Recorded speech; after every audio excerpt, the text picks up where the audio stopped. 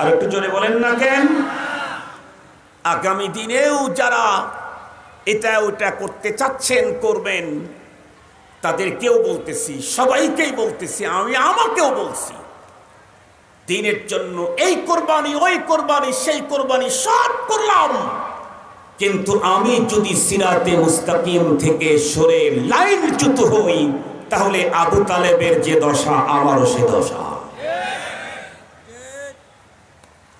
মুসলমান ভাইরানি আমার ভালো করে বুঝবেন, খাজা আবু তালেবের ইন্তেকালের মুহূর্ত যখন চলে এলো, মক্কার লিডারেরা তখন চিন্তা করে দেখলো অন্তিম মুহূর্ত মানুষের মন মানসিকতা ঠিক থাকে না। এ কারণেই খাজা আবু তালেবের কাছে তার ভাতিজা গিয়ে যদি কানে কানে ইমানের কথা বলে, আর যদি সে ইমান গ্রহণ করে, তাহলে আমরা নেতাদের আর কোনো কিছুই রইল না। এজন্য চতুর্দিক থেকে খাজা আবু তালেবকে ঘিরে ফেলেছে। বিশ্বনবীজি হাঁটি হাঁটি পা পা করে পয়গম্বর বন্ধুরা আমার তার চাচার কাছে যাওয়ার জন্য চেষ্টা করতেছেন। নেতারা ফ্লোর দিতে চায় না, জায়গা দিতে চায় না। পয়গম্বর ডেকে বললেন, আমার চাচা, তার সঙ্গে আমার কথা আছে, রাস্তা করে দাও। শেষ পর্যন্ত বাধ্য হয়ে পয়গম্বরকে তার চাচার কাছে যাওয়ার রাস্তা করে দিল।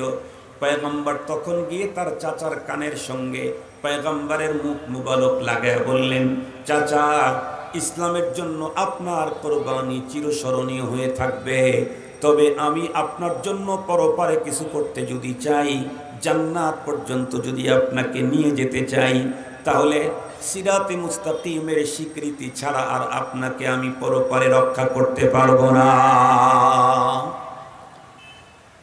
শুধু শুধু আপনি একবার বলেন লা ইলাহা ইল্লাল্লাহ মুহাম্মাদুর রাসূলুল্লাহ, একবার বলেন।